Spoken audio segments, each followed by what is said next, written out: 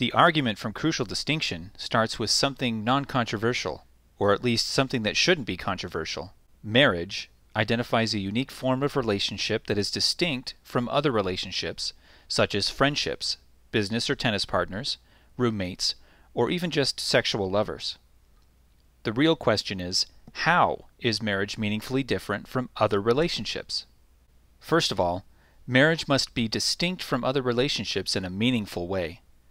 Said in other words, there must be a non-arbitrary distinction between marriage and other kinds of relationships in our minds and in our laws if we are to fashion any sensible marriage policy.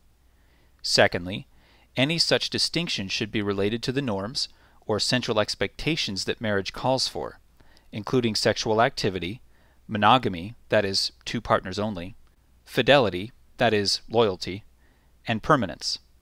Any good view of marriage must identify what about marriage makes sense of these norms. If our view of marriage does not offer this, it likely gets marriage wrong.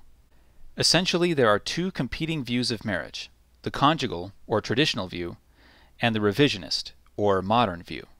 In the conjugal view, marriage involves 2 partners sharing a domestic life that is directed towards and naturally unfolds into procreation and child raising.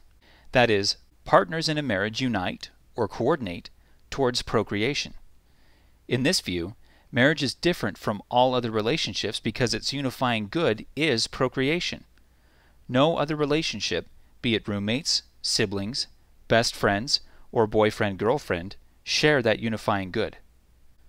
This unifying good, that is, procreation, explains why marriage implies sexual activity in order to bring children into the world, as well as monogamy, because 2 and only 2 people, 1 man and 1 woman, can biologically create children, in addition to fidelity and permanence, because it requires lifelong support and undivided commitment both towards each other as spouses and towards shared offspring. Marriage ought to include these norms because of its connection to new human life and the lifelong duties that the potential for children brings to the marriage partners. So the conjugal, or traditional view of marriage, offers a meaningful distinction that both distinguishes marriage from broader forms of companionship and makes sense of important marriage norms. On the other hand, in the revised and changed view of marriage, the view that makes room for same-sex marriage, marriage is thought to reflect a deep emotional connection between partners. From this view, romantic love is the crux of marriage. Marriage is simply your number 1 relationship. Instead of procreation, the unifying good of marriage, from the revised view, is mutual personal fulfillment. However, many non-marital relationships, such as chess partners, dating relationships, or best friends, can also share a deep emotional connection, coordinate towards mutual fulfillment, and be a person's number 1 relationship. When marriage is viewed in this light, there is no particular reason marriage ought to be sexual.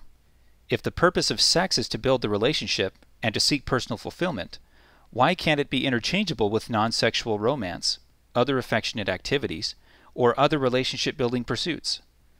There is also no reason that marriage ought to be monogamous.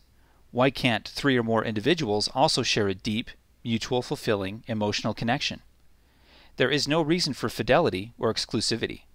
Many couples claim that their emotional connections are strengthened as they seek sexual satisfaction with partners outside the marriage relationship. And lastly, there is no particular reason marriage ought to be permanent. Emotional connections come and go, and a relationship that is fulfilling one year might not be the next. From the revised view, marriage can be sexual, monogamous, exclusive, and permanent.